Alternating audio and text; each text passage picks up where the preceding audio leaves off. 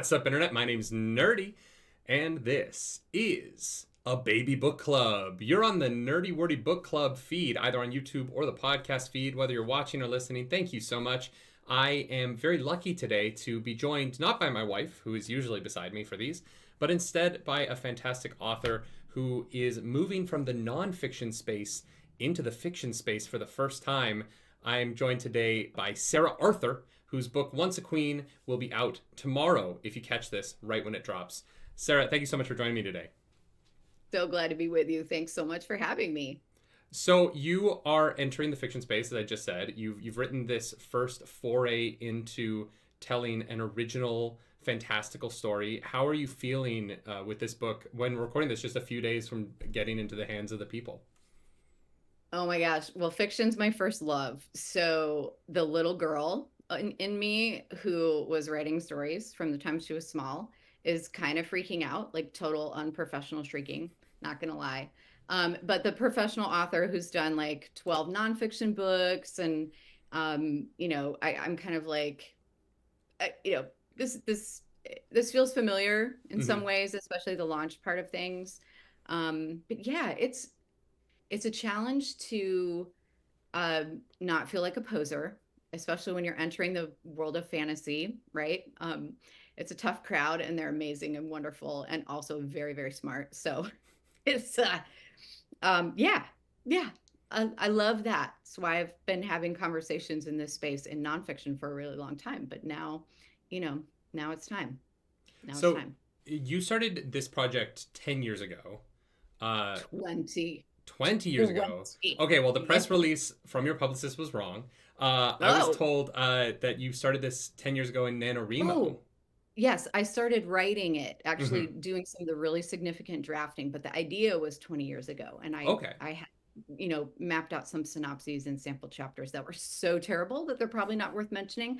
But yes, 10 years ago, NaNoWriMo, I was like, the story's burning in me. I had a newly walking toddler at the time, so I think it was a way of like attempting to keep sane. Yes. And also probably to avoid having to finish a nonfiction contract. That's like my specialty, is to procrastinate on the stuff I really have to get done by, either watching my favorite movies or reading my favorite books or writing stuff I'm not supposed to be writing at the time. I feel like every author we talk to for this or just in life is like, yeah, so I started writing this book because I didn't want to write another book. And 100%.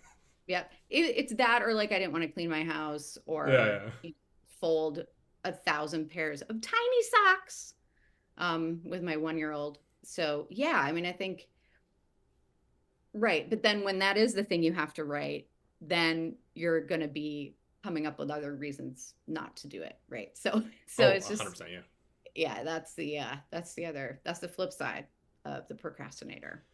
How does it feel to be a person who's successfully NaNoWriMo'd? I feel like it's that November comes around every year and I get the like flood of people being like, this is the year I'm writing my book. Let's do it. I know. You took one of those and you've published it. It's going to be a real thing that people can hold. It's wild to me. Particularly since I feel like I'm not a really good fast drafter. And so a lot of it was just getting the story out and a lot of it was super bad. So I think, I mean, it's kind of miraculous though, that what you can take, you can't edit a book you haven't written, right? You can't revise anything that's not there. So the gift of NaNoWriMo to a lot of people, even if they don't finish, is that they now have something. And at least for me, I would say the fast drafting taught me, like, at a certain point, you're kind of like the basketball player that's been doing reps all along, and you got to step up to the free throw line during the game and actually shoot. Like, you got to do this, and you have to be confident that you can. And I think that was one of the gifts of that season. That's awesome. So Once a Queen follows Ava, who is a 14-year-old girl, or Eva, I'm not sure. Eva. Yeah. So a 14-year-old girl who goes to her grandmother's house with her mom for a very chaotic and interesting summer. Uh, but it's a going home story in a way, about finding the family that you didn't know you had.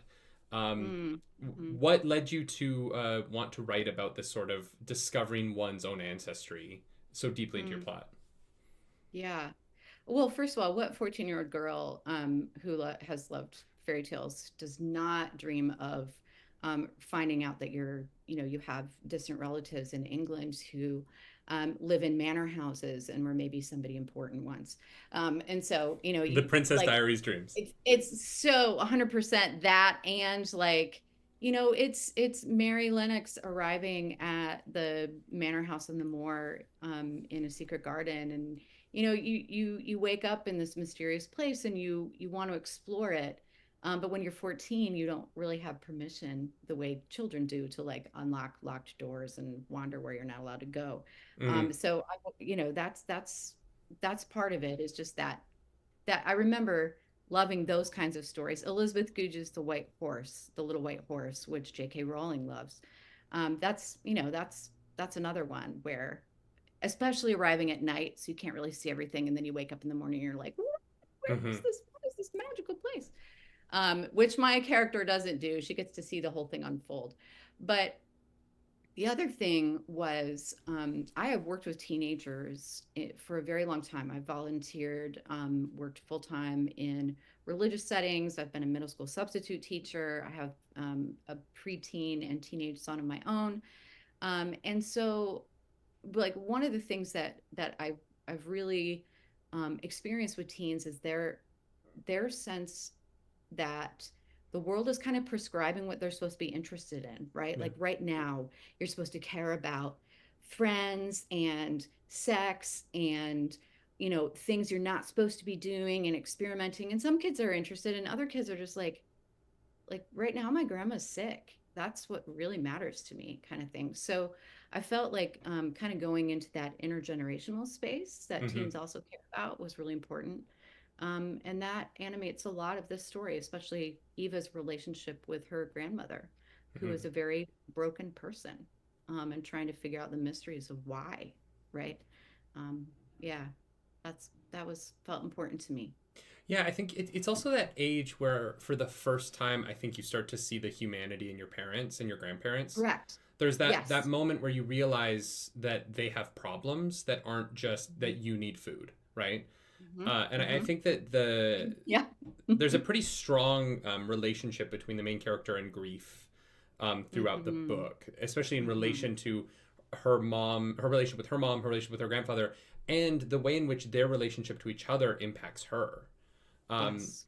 what Yeah. what was the process of building out this family dynamic and this really like matriarchal family dynamic, where Hmm. most of the men are Hmm. either away or no longer with them? Right. How did you build out that kind of like three generations of trauma? Hmm. Yeah. Well, I'm not sure I set out to do that. I was really just more intrigued by like a kind of speculative space where, or C.S. Lewis used the word supposal, a supposal, like suppose this happens, and suppose this was a real thing, what would happen? And I love that kind of idea, and so I was kind of playing around with a supposal um, about the grandmother's past, and I thought, well, what if she did grow up? What if after children from fairy tales stories have adventures in other worlds, what happens to them in our Hmm. world after that, right? So suppose you're an American teenager, you meet your British grandmother for the first time, and there's something really weird about her and something in her past. So that supposal also kind of intrigued me. But then I also, at age 14, lost my maternal grandmother to cancer. It was one of my first memories of loss. Hmm. And she lived with us for a little while she was in decline. And there was something about the experience of watching my mother navigate my own grandmother's decline Mm. was really powerful. I mean, like your freshman year, sophomore year of high school, you're trying to figure yourself out, and trying to figure out friendships and all of that. But then like you're also like, am I going to come home and grandmother's kind of lost her mind from, the process of dying. Yeah. So it's, yeah. And I think a lot of teens walk in a space of where it's like a minefield where they're wondering at what point are if I push too hard to figure out what's going on with the grown-ups around me, is that going to just like mess everything up? And how much of Hmm. this is my fault? And like, so that became layered in. I think that sense that, oh, this isn't just about a supposal. This is also about me at 14 and Hmm. my grandma, right? Absolutely. I think that personal experience is very evident throughout the book. Hmm. You Thank you you. you have a history with devotional writing. You've written Hmm. a bestseller, Walking with Frodo, which is Yep. a devotional walk with the story of Lord of the Rings. So Hmm. I think that it's pretty clear that you've spent a lot of time analyzing faith and your faith. What Hmm. was Is that what inspired you to make this story so much about a lead character trying to rationalize faith and sort of Hmm. exist within a faith system that is not is being told on one side is very true, and on by so many others, the closer relatives on her side, is very not, and kind of trying to Hmm. balance her faith between those two ideas. Yeah. Yeah. Well, again, I mean, as teens begin to make that turn toward adulthood, they're beginning to question even the sort of belief systems that they grew up with, and um, sometimes they're told they're supposed to be. But sometimes they really are, they're really asking those questions that are born out of their what they're learning in science or, psychology, all of that stuff. And that's I would I think for me, the experience of growing up in a family of believers meant that I wasn't always aware that other people weren't. Mm-hmm. So it's like, but my maternal grandmother was not. And while she was super respectful and was never unkind about religion in my family, um, she she had clearly experienced some things that had deeply wounded her, and had really turned her back um, on any kind of faith. And again, that's a really normal human experience. Yeah. It's not something that my parents even attempted to shield me from. Mm-hmm. There wasn't anything that frightened any of us about that. It's just what happens sometimes. So for Eva, my main character, she at heart is a believer, right? Like she really wants to believe that fairy tales can be true. For Yeah. instance, I don't try to do. I hate allegory. I'm just going to say that right now. I was trying to do a lot more of like what Tolkien is doing in Lord of the Rings. He called it applicable. Like there Mm-hmm. are spiritual themes in there, and you can apply them to different aspects of your life. And the longer you marinate in something like faith, the more that flavor is going to come out in what you do. I mean, Yeah. Tolkien had lots of letters from Catholics who were like, Galadriel is our mother. And he was like, oh, sure. But If yeah, you want, just keep buying the books. yeah, just keep reading. Yeah. Just keep reading. So I, I didn't want that to be so like knocking people over the head, but I also think it's a very true human experience Mm-hmm. to, at age 14, wonder if when you put your foot down on this thing, is it solid all the way down? Is it Mm-hmm. going to hold me up anymore? So, Yeah. yeah. So the book takes place at a manor house in a part of England that is known as the Wolverns. Have you spent a lot of time in England? Was this like a favorite place from your childhood, or where did the idea from the Wolverns come from? Oh, I love this question. I've been talking a lot about this book with people. It's the first time anyone has asked me about the village in the West Midlands where a lot of this takes place.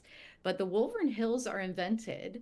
They're based on the Malvern Hills, um, which are in the West Midlands, and they're very similar in a lot of ways. But by inventing my own version of them, I was able to kind of make them shape them the way I wanted them to Yeah, yeah. be. and build the villages the way I needed them to be. But it's not a part of England that I know super well, but it animates a lot of the landscape for some of the classic fantasy and fairy tale writers like Tolkien and Lewis. Mm-hmm. Um, they hiked actually even together. They went on a lot of walks, and Lewis in particular loved the Malvern Hills. So I thought, okay, well, if I'm going to stand on the shoulders of giants, it would be, I want to be evoking the same kinds of feelings you have reading those stories, even though I'm telling my own story. Mm-hmm. Because we layer all of that into our reading, and that like inventing a space where it feels familiar was actually so fun. Oh my gosh, so fun. So, but weirdly enough, I was trying to figure out what I wanted the pub to look like, even though it doesn't show up really in the story much. It will in future Mm-hmm. books in the series. And I was like, I need to find something that looks kind of like this, maybe like, except for not the fox and hounds, but like the stag and hounds, something like that. So I was like Googling different things around the Malvern Hills, and there it was, the Yeah. very pub I had in mind. I was like, well, how did this just like materialize from my imagination? It's like art imitating life, or Mm-hmm. was it life imitating art? I don't know, but So you bring up Lewis and Tolkien, and I think that this is a book that wears its inspirations on its sleeve quite a bit. yeah. You reference a lot of them within the book, Yep. particularly early on. What about the traditional portal fantasy story that you're telling? What about the genre excited you, and what were the elements of that genre that you wanted to play with and maybe bend the rules around to tell your own story? Mm-hmm. Yeah, well, it's really interesting. I have not, when I was a kid, I was much more interested in historical fiction, like Island of the Blue Dolphins and Witch of Blackbird Pond. Um, but so it took me a while to get into just straight fantasy, like The Mm-hmm. Lord of the Rings. I'm not sure I completed the entire Lord of the Rings compendium till college, I think. Oh wow. I so but once I did, it was like I was all in, right? Mm-hmm. Like this is pure wizardry. I don't know how he does it. He's amazing. Yeah. But but I did read the Chronicles of Narnia, and I think what I loved about those stories was the possibility of other worlds breaking in on this one. Because what it um Lewis uses the phrase re-enchants. It re-enchants the world we live in. Mm-hmm. That if you're walking by a tree and you know that trees get up and move around in these stories you're reading, like what if, right? Like, oh Mm-hmm. my gosh. Like, and then if animals can talk in those other stories, what if someday, that Mm-hmm. rabbit would talk to me? And so the possibility of other worlds breaking in on this one, I think that's really it. Like it just feels like there's a lot that you can do with that. Mm-hmm. And so I tried my hand at it. It was fun. I'm not sure it's always successful, because like how do you not like we are all derivative. Like Yeah. anyone who's ever written anything, even Lewis and Tolkien, right? Yeah. Derivative. So we've got Hans Christian Andersen's Snow Queen in there, in Narnia, and we've got E. Nesbit's The Aunt and Amabel in Narnia, and we have Wagner's Ring Cycle in Norse mythology and Tolkien and Beowulf. So yeah, I'm not going to pretend to be an original genius, but I should a heck of a lot of fun. It is tough. We had a similar conversation with Christopher Paolini Yeah. when we were talking with him about Murtagh. In Yep. these genres have tropes that Mhm. are part of the reason why we love them, right? Like the Mhm. audience Mhm. likes the familiarity of Yes. certain elements playing out a certain way, and so you almost have to play in with a certain amount of the genre in order to satisfy that audience and tweak it just enough that those same people get excited about it. Right. Um, That's right. and so you created this world. We've talked about the Wolverines, which you created, but then you also had to create this uh, other world, Turnival. Um, Yes. and this world is introduced to the audience through epigraphs at the beginning of the chapters. And there's sort of this background story going on. When you were writing the book, did you start with Eva's story and then build Turnaval out later? Or did you start with Turnaval and the epigraphs and then sort of figure out how the modern day was going to play out? Yeah, no, it was all Eva at first. Mm-hmm. And then some of I just got great feedback early on from people who were like, you have the chops to create create worlds. Like, why Mm-hmm. are you not, we want to see what she's talking about. And that was very heartening and also very terrifying. But it, they mostly started as experiments, but then in time, I was like, oh, this is actually kind of working. And that felt, again, like homage, to all of these authors and Mm-hmm. writers that have gone before us, by, trying my hand at stuff that they had mastered so well, and realizing, crap, this is really hard. But then, characters would show up that I wasn't planning on, who were just delightful and wonderful, like Mm-hmm. Angela, the archeress, who battles the wolf in the woods. I realized, oh, I am doing some different things here. The queens are really stealing the show. Like, Mm-hmm. this is their story. Um, she is the mother of queens, and that's what gives her, the fierceness Mm-hmm. to do what she does in my little excerpts between chapters. Yeah. Awesome. So the relationship between the family members is really big in this, but there is also this very intricate relationship between Eva and the staff around the manor, Mm-hmm. um, Mm-hmm. with Stokes and his family. What was the Yes. process of balancing sort of the etiquette and expectation of this British family that you've created with trying to really create this personal and almost impolite relationship between Eva and the Stokes family? Mm-hmm. Mm-hmm. Well, it's very confusing to Eva at first because, of course, she grew up in the U.S. Mm-hmm. That's where her mother immigrated after, the mysterious Something. estrangement that Eva's trying to figure out. And so, that's where Eva has lived. She's never been in England, and she actually doesn't know a whole lot about her mother's family and, you know, whatever strata they inhabit in England. But I will say that my editor, at the imprint of Penguin Random House I'm published with, was super helpful, because she's one of those people that's like, well, you understand that this is how, titled people are addressed in like, I was like, oh crap, okay. And this is after, how many BBC shows have I watched, or, Mm-hmm. Jane Austen novels have I read, and it's still baffling to most Americans. But that allowed me to be inside of Eva a little better, because I could imagine as a 14-year-old being like, well, why can't I eat in the kitchen Mm-hmm. with these people that seem like more normal, like me, as opposed to eating up in the fancy dining room with my very cold and distant, weird grandmother and my mom, who has suddenly stopped talking since we got here. So it's like she's torn between these two worlds. And I did that on purpose, because I think there's a lot of how you feel at 14, trying to fit in wherever you are, um, and feeling like you don't, right? And so I just thought, well, that's fun. Let's amplify that.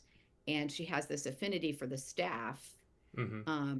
in part because, she's able to make friends with the grandson of the gardener, but also she can't ignore these very real relationships within her own family Mm-hmm. upstairs as opposed to downstairs. Yeah. Mm-hmm. And of course, lots of nods to the secret garden in all of that too. And Yes. the gardener, all of it. Yeah. I've actually never read The Secret Garden. Um, Ooh. I've only Ooh. auditioned for the musical many times Oh. and not gotten it. And so I keep telling myself that when if I ever do the musical somewhere, I'll read the book finally. Yeah. But Yeah. I've sung that "If It'll Wick, It'll Grow" song for Yeah. countless tables of old men. Uh, Right. so you're now a published fiction author, and I've been told there's going to be sequels to this book, which Yes. is unsurprising, having read it. Um, Oh. Oh. but Thank you. no, it's Aw. fun. I thought it was a fun read. It's there's a lot going on there. The relationships are dense, and there's a lot to chew through, which I really enjoyed. Um, Mm, and cool. also there's room. The book. I feel like the book has a solid ending, but also has room for it to continue. Um, Yes. Yeah, it better continue because otherwise I have left a lot of like, who is this and why and what? So, yeah. Gemstones. Um, Yeah. What? little teases.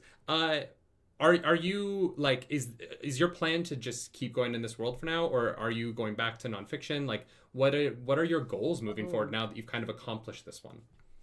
yeah. Well, I'll tell you, as you know, launching a series is not a small thing. Mm-hmm. And originally this book was a standalone, but you know, you get an agent involved and they're like, well, let's pitch some other ancillary ideas. And that's actually what ended up happening with a 3 book contract, which is wonderful and terrifying, actually. So honestly, like I'm just gonna keep my head down and Mm-hmm. crank these stories out, and then we'll see where we go from here. But my brain is constantly in conversation with the rest of the world. Like Yeah. I'm always like, ooh, that would make a really great essay collection, or whatever. Yeah. Yeah. Parenting book. But I have a 13-year-old and a 10-year-old right now. It's like so much to say about being a parent. I was much, much better at parenting before I had kids, but now that I have them, I also have lots to say. We're not gonna get like a Walking with Galadriel, a devotional journey through the rings of power. Oh man, I mean, we could keep going with all that. That was just an absolute blast of a run with Mm-hmm. books about those great films. I mean, it was so much to talk about, especially with Yeah. teens who those books are aimed at. Mm-hmm. Well, and in those movies too, in a way. We do a Oh, we do an absolutely. annual Lord of the Rings marathon at our house where we Oh, have yeah. like 25 to 30 people over and we just have the movies on.